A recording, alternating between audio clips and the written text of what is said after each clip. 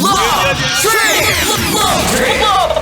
Love Trip! Mula alas 3 hanggang alas 6 ng gabi. Oh yeah! Sa 90.7 Love Radio. Love Trip! Kasama ang inyong muy delisyosang ka-love team. Mara Tony! Mara Tony! Ikaw, anong trip mo?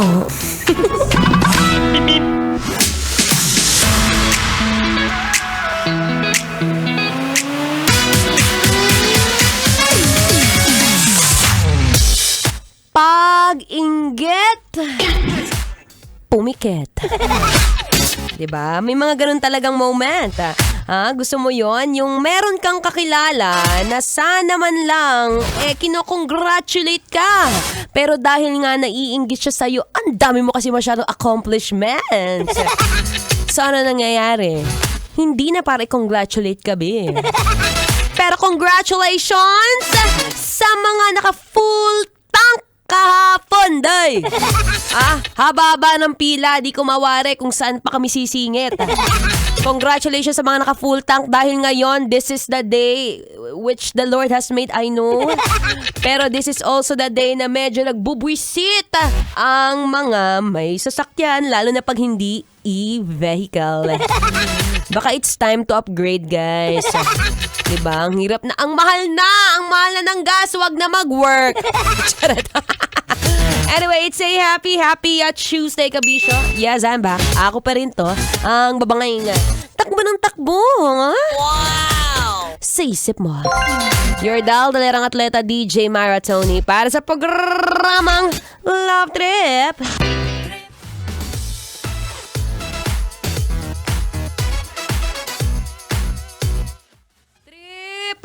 Trip mong mainis. Dahil nga bukod sa umakyat na ang presyo ng gasolina, diesel, fuel, and everything with oil, hindi mo rin mainis o hindi mo rin matanggal ang mga taong naiinggit sa'yo. Uy, gusto ko malaman dito sa bagong interns natin sa harapan Meron bang mga taong naiinggit sa inyo? Diba? Hindi mo maiiwasan yun Kasi kapag ka masyado kayong perfect, minsan, sa buhay, sabi nga nila, you cannot please everyone. So, kung may naiinggit sa'yo, tingnan mo yung katabi mo. Tingnan mo yung pagmumukha niyan. Kung isa ba yan sa mga taong mahilig mang inis. Diba? Hindi mo maiiwasan yan kung may mga taong naiinggit sa'yo. Life goes on. At magpasalamat ka, naiinggit yan sa'yo. Ibig sabihin, may kainggit sa'yo. Diba? Kailan ka nainggit sa walang taong nakakainggit? Diba? Anyway, speaking of inggit, alam mo, nakakainggit talaga yung mga taong work from home na. Sabi nga na ngayon, meron tayong memo. Ewan ko, andyan na ba? Andyan na ba yung memo ni BBM? Na 4 days of work, pero 7 hours. Tama, di ba? Ko, 7 hours. Kunwari pa kayo, 5 to 7 mag-work. Pero nakakainggit yun, no? At least kahit pa paano makakatipid ng pamasahe, makakatipid ng gasolina. At sabi ko nga sa'yo kasi, tumakbo ka na. Diba? Ang daming ways para makatipid ka ngayon, lalo na medyo mahaba-haba ang gera. Talaga, diba? O, diba? Pati nga bansa nag-aaway. What more kayong magkaibigan? So, ngayong araw, this is the perfect time para mag-stretch ng iyong legs, left and right. I-stretch mo yan kahit masakit at ilagay mo na sa tuktukan mo, kutkutan. Anong tawag doon? Sa ulo. Ilagay mo na sa ulo mo na from this moment on, ako'y magta-try na maglakad-lakad. Maglakad-lakad ng malapit sa mga train station para hindi na ako sasakay sa kotse na ubod na ng mahal.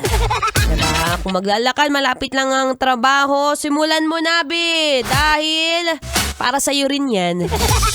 Diba? It's not because nakakatipid ka ng gasolina, but it's also for your health para habang tumatagal pahaba ng pahaba ang buhay mo. Anyway, habang nag-iinit ka dyan at habang naiinggit ka, kawawa ka naman. Ngiti-ngiti ka muna dyan. Take this day a very light day. Smile because today is Tuesday. Ilang araw na lang. Weekend na. Before na habang nakikinig, tuloy-tuloy mong buksan ang iyong isipan na bawal mainggit ngayong araw. Here's what Brothers song brought to you by the Steel Voices entitled Buksan Mo. Dito pa rin sa 90.7 Love Radio. Kailangan pa memorize yan? Basic.